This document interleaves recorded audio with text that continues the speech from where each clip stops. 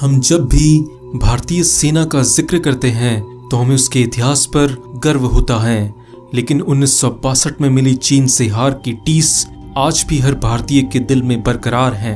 और ये युद्ध भारत इसलिए नहीं हारा था कि भारत की आर्मी कमजोर थी, बल्कि इसलिए हारा था क्योंकि भारत के नेताओं ने गलत डिसीजंस लिए थे।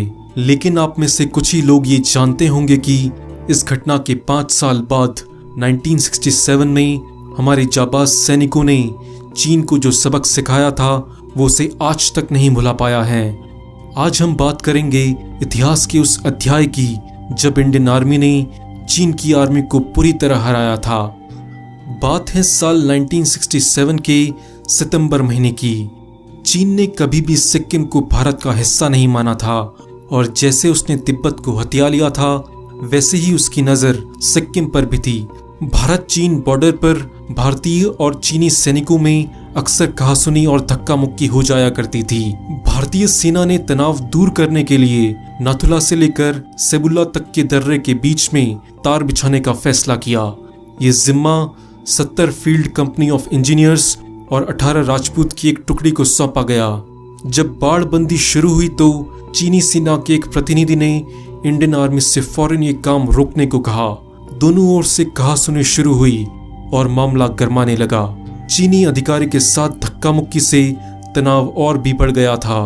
चीनी सैनिक तुरंत अपने बंकर में लौट गए, लेकिन भारतीय सैनिकों ने तार डालना जारी रखा। थोड़ी देर के बाद ही चीनी सैनिकों ने भारतीयों पर गोली बरसाना शुरू कर दिया। इस गोलाबारी में भारतीय सेना को भारी नुकसान झेलना पड़ा और भारत के 70 जवान शहीद हो गए। इसके बाद जो भारतीय सेना ने अपने शहीद जवानों का बदला लिया उसे याद करके आज भी चीनी सेना की रूह कांपती है। भारतीय सैनिकों की जवाबी कार्रवाई में चीन की सेना के 400 से ज्यादा सैनिक मौके पर ही मारे गए और सैकड़ों घायल हो गए। कई चीनी बंकर ध्वस्त कर दिए गए।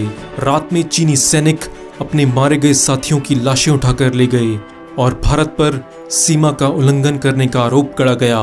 15 सितंबर को लेफ्टिनेंट जनरल सैम मानेकशॉ समेत कई वरिष्ठ अधिकारियों की मौजूदगी में सैनिकों के शवों की अदला बदली हुई, लेकिन चीन को अभी भी सबक नहीं मिला था और उसने एक बार फिर हिमाकत की। लेकिन इस बार उन्हें इस बात का अंदाजा नहीं था कि उनका सामना दुनिया के सबसे खूंखार सैनिकों में से एक गोरखा के साथ हो रहा था। बात है साल 1967 1 अक्टूबर की। सिक्किम के चोला इलाके में भारतीय सीमा पर तैनात थे गोरखा राइफल्स के नायब सूबेदार ज्ञान बहादुर लिम्बू। उनकी चीनी सैनिक से पहले तो कहासुनी हुई और फिर धक्का मुक्की शुरू हो गई। इसी दौरान एक चीनी सैनिक ने नायब सूबेदार ज्ञान बहादुर लिम्बू को घायल कर दिया। बस फिर क्या था, भारतीय सेना के गोरखा सैनिकों ने अपना असली रंग दिखा दिया और अपनी खुखरी से उस चीनी सैनिक के दोनों हाथ काट दिए। इसके बाद दोनों तरफ से गोलाबारी शुरू हो गई और अगले 10 दिन तक युद्ध चलता रहा। लेकिन इस बार भी चीन की आर्मी को मुंह की खानी पड़ी और चीनी सेना को सीमा से 3 किलोमीटर पीछे तक धकेल दिया गया। इस युद्ध के हीरो थे राजपूताना रेजिमेंट के मेजर जोशी, कर्नल राय सिंह और मेजर हरभजन सिंह। कई गोलियां लगने के बावजूद भी मेजर जोशी ने 4 चीनी अधिकारियों को अकेले ही मौत के घाट उतार दिया था। जब इन जाबाज सैनिकों की गोलियां खत्म हो गई थी तो इन सैनिकों ने चीन के सैनिकों को अपनी खुखरी से ही काट डाला था। इन जाबाज शहीदों की याद में नाथुला में एक भव्य स्मारक भी बनाया गया है जहां हमेशा पर्यटकों का तांता लगा रहता है।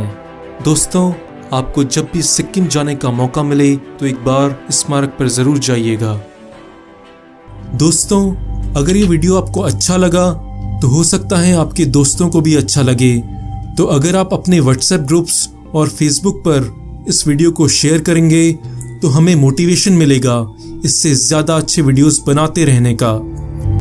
दोस्तों, आप क्या सोचते हैं इस वीडियो के बारे में? आपके व्यूज बहुत इंपॉर्टेंट हैं, इसलिए कमेंट्स में लिखकर जरूर बताएं और हम सारे कमेंट्स का रिप्लाई करते हैं। और कमेंट्स में ये भी बताएं कि आप आगे आने वाले वीडियोस में क्या देखना चाहते हैं।